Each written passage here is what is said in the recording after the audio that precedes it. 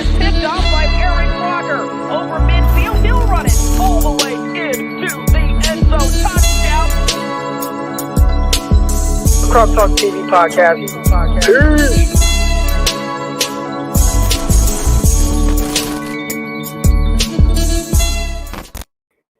Welcome to episode 1 of Future Stars of Tomorrow. I am your host, former NFL and AFL defensive back, Eric Crocker. And I got this idea from one of my buddies, and he was like, man, you need to talk to some of these athletes that are coming up and talk to them about the process. And, you know, being recruited and everything right now is really polarizing. So I want to reach back to some of the kids that I know from back home that I know that we're getting recruited and go through the process. And I've been around these kids for a lot of years. And just to kind of see the growth in them. And obviously I'll reach outside of my comfort zone, which is Stockton, California, and going to some kids that I don't even know, but just to kind of see the process that they've been going through with this whole thing and everything, and, you know, be able to talk about it for kids that are coming up underneath them. All right. So on today's episode, I got Jonah Coleman from Lincoln High School in Stockton, California coming on, and he's going to talk about, you know, his process, playing football, what got him into football, and all that good stuff. All right. So he is an Arizona Wildcat commit. I'm excited to bring him on. I'm excited about this whole process. All right. So with no further ado, here we go. Jonah Coleman. What's up, man? What's up, my guy? How you doing? Oh, man, I'm good. So Jonah, I mean, I've known Jonah since he was in 7th grade. He was a part of my first middle school 7-on-7 team. He was a little ugly, nappy-headed dude. Now he's still ugly, but he just don't got the nappy hair anymore. We actually won the tournament, very first 7-on-7 tournament for the middle school team for Elevate, very first junior Elevate tournament ever. Jonah Coleman was a part of that, and we won that whole tournament. That was pretty cool.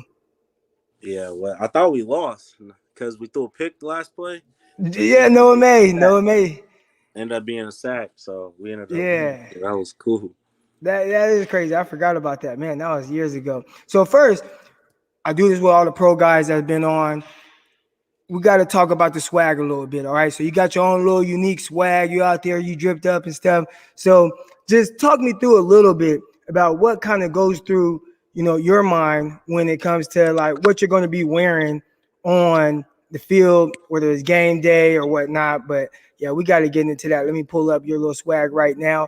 All right, so here we go. We're going to share that. We got Jonah Coleman right here. What goes behind the thought process of putting something on like this? I kind of want to stand out, and we had already wore all white, and when we wore all white before, I had did some low spat, but I wore white, so I'm like everybody else wearing white, so I want to switch it up this game. I'm gonna just wear all black this game. So I mean, black can go with white. You just everything gotta be black underneath. So I mean, Coach Croc. Y'all used to get on me about my drip. I used to have kick covers. I used to do all that. Yeah, you can't do certain things. You can't. I think you was talking about something. You can't wear black ankle socks with white cleats. Oh yeah, can't do that. Yeah. So really, so I was like, man, I got my white cleats. My white cleats gonna go with the uniform. So I'm just spat black over it, and I'm gonna have the long black scrunched up socks, and I'm gonna have the 2 black arm sleeves with some black gloves. And I gotta have a swag towel on the back always. So I see it. You pulled this off. So and then what about this? You man, you got the Supreme visor going on. Look at me, and got the battle mouthpiece. What was this, anyways, that you were playing in right here? I was playing for a club football team out of Sacramento. Iron sharpens iron. Mm-hmm. They had a little bit of orange on the jersey, and I was planning on wearing orange. And 2G visors, they were coming up there to film me and stuff. I was like, you got like any visor with like somewhat of orange on it? And he pulled out the right visor. Like the first one was the Supreme one. This one right here, drippy. So we had the all blue teal, but I think we had like a little orange, a little orange on the jersey. So I was like, all right, I'm gonna just wear some long white socks with the white cleats, and I'm gonna do orange spat. And then I had some orange gloves. So I was like, oh, I'm gonna just wear some turf tape, and I'm gonna have the orange gloves on. So I'm gonna be saucy with it. Now I got the orange on. So I was like, all right, I'm cool. I had the swag towel on too. So Yeah, no, the swag towel isn't much. Now you came with it. I'm proud of you, man, because you came a long way with the drip and everything. All right, so now we're gonna get into some of this process of getting into football and stuff. But first thing I want to know is what or who got you into playing football? I want to say when I was a I was a little kid and I was out there in Cerro Vista, and I want to say Keontae and Ryan. I don't know their last name.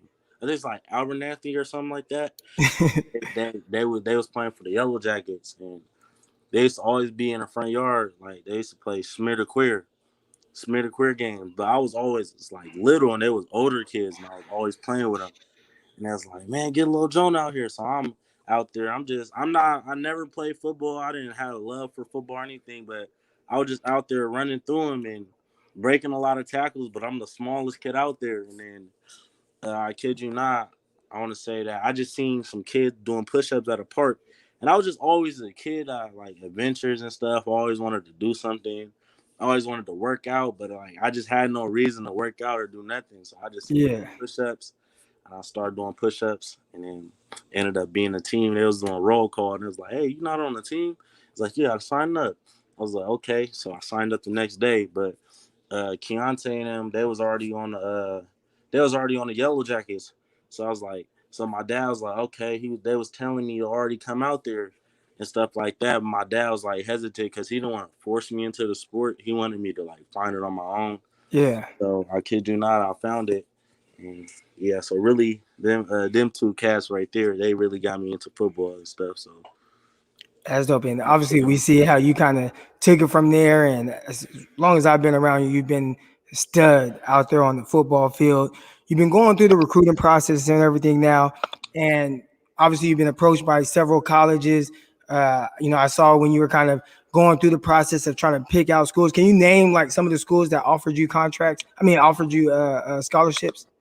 uh, Arizona State, Fresno State, San Jose State, San Diego State, Tennessee, Colorado State, um, Fresno. I feel like I'm missing something. Yeah, it's many schools. It's just hard to remember all of them, but those are some of the main schools, though. Um, Yeah.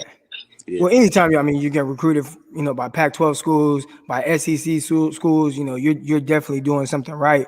Ultimately, at least as of right now, you've settled in on Arizona Wildcats and committed there.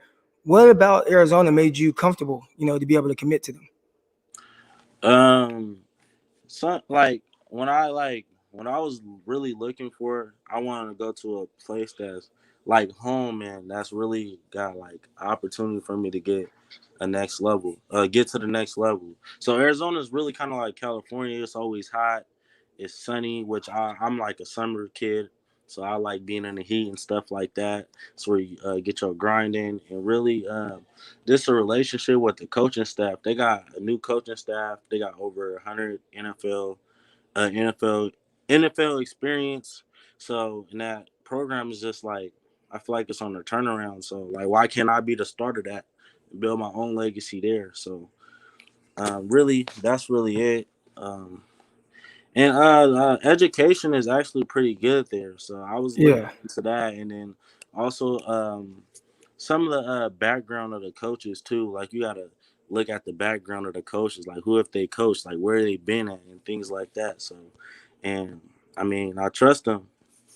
Your running back coach, he played in the NFL, right? Yeah, Scotty Graham. Yeah, he Yeah. played with the Vikings. He did, and he went to Ohio State. So That's dope. That's dope. yeah. So now, I mean, we just talked about you committing to Arizona. You had all these offers and everything, but you still have another year of high school to play. When you kind of look at heading into your senior year, what kind of motivates you to get out there? Because there's a lot of kids that are motivated by maybe not having the offers or not committed to a school yet, right? So it's like, man, I got to go all out for my senior year. What motivates you to really go all out and ball out your senior year? Well, I kind of had a goal my junior year, which was really supposed to be like one of the best years of my life. But sadly, like COVID, like took it away from me, so I wasn't able to do that. I only had like a little 5 game season and stuff. Well, we had 4 games. Most teams had 5 and 6. So I realized I didn't like, and I wasn't really in the best shape of my life. So I'm gonna be in the best shape of my life my senior year. So I feel like I still got a lot to prove. I got a big chip on my shoulder. I mean, there's still a lot of people doubting me. Literally, it's a lot of people doubting me still. So I mean, I still feel like I got something to prove. Show everybody why I'm the best. So Is there any part of your game that you want to work to improve on heading into your senior year? well, it's always something that like I feel like a person should improve on their game. For me, I feel like that I need to improve on my speed, which I like need to do every year. Every year I should be getting faster and faster and faster. So I'm always saying I need to improve on my speed. I mean, I get better at my jump cuts, just cutting period, my stiff arm, running through the man. So it's a lot of stuff that I feel like I can work on. Now, and this is the last question for kids out there right now that aspire to, they look up to Jonah Coleman, right? They want to get the offers and stuff like that. What advice can you give them about whether it's the process of being able to get recruited or just the hard work and dedication that it takes to get to the level that you're at right now? It's hard work and dedication, but you always gotta the same work that you putting in on the field, you got to do that in the classroom. Like, I know some kids, like most of the kids that really look up to me, they in like middle school and elementary and stuff, and like they really think that school don't really matter right now, but it actually does. I didn't have some offers passed up my freshman year because I wasn't like because I didn't have my grades right and stuff Yeah, like that. So just make sure like you stay on top of your grades. Schools matters. Your parents not telling you that school matters. Like they're trying to get it to you early, so when you get to high school, it won't be too late. So yeah. you ain't gonna be messing around and stuff. You gotta really get to your business. So and hard work too. You got to be going at it. You got to be doing what other people not doing. There's other kids in this country that want it probably more than you. So you gotta work. You gotta work. You gotta do what other people are not doing. You gotta put in the time and the effort. Like I don't sit around. I don't waste time. I've been at this since I was a younger kid. So that's why I'm kind of like separated from other kids that's at my level. I'm better than people that's older than me because I put in the work. I put in the time. Like I don't record every workout, but I'm working. Like what people don't like. It's yeah. I put in a lot of work, man. So Yeah. Oh, so I said that was the last question, but this is actually the last question. All right. 7-on-7, real quick. How has that kind of helped your game, the whole process with 7-on-7? And has it helped you as a pass catcher, route runner, being able to go up against a lot of competition around the country? I saw you play. Obviously, you've grown up playing with Elevate 7-on-7 out of Stockton, but you played in some other organizations, TMP 209. I saw you out there with FSP. How has 7-on-7 and traveling and being on that circuit helped your game? traveling. I mean, 7-on-7 really helped me better with my routes, as well with my hands. Like I could play receiver. I feel like I can be receiver at a D1 level. That's how much I trust my hands. 7-on-7 works on your hands, it works on your routes. And then also like from if you like have some good coaches, you can take some things that you learn from 7-on-7 and take that back to your high school and use it from there. So and it builds a lot of relationship with a lot of people. Like at tournaments you meet all these 5 stars and stuff like that. And it's just an amazing experience, especially when you get to travel. Because I mean, I probably if I would have like never did 7-on-7, I probably wouldn't have ever flew on a plane or did things like that. So they give like lifetime memories, like and stuff like that. So seven on Yeah, seven definitely is it's amazing to me. Like I'm yeah. mad I can't play anymore. I'm a senior, so yeah. And you say lifetime memories for y'all, but I mean for the guys that coach as well. When we all flew out there to Atlanta, and they're playing that championship out there, the pylon and stuff like that. Like it was exciting for y'all to be in that and experience that and get all the way to the championship. But it was even more exciting for me to be able to see you guys out there in Atlanta in the hotel. Have to tell you guys don't do this, don't do that, curfew, all this, that, and the other. But see how you guys dominated on the field, and you said it was memories for y'all, but it's memories for the coaches as well. But man, Jonah, anything else you want to say on the way out? Anywhere, anywhere can people find you? Twitter, anything you want to shout out? Anybody you want to shout out? You can find me on Instagram at runitup.j with 2 P's and Jay, and then Twitter at Jonah Coleman 8. And shout out to VC, shout out to my pops, shout out to Croc Time for having me on here and stuff like that, and just shout out to all the people that support me. And yeah. All right, Jonah, man, I appreciate you coming on. I'm gonna let you get up out of here, man. I'll see you. Shoot, I'll see you soon. I'll text you or something. All right, Coach Croc. All right, man.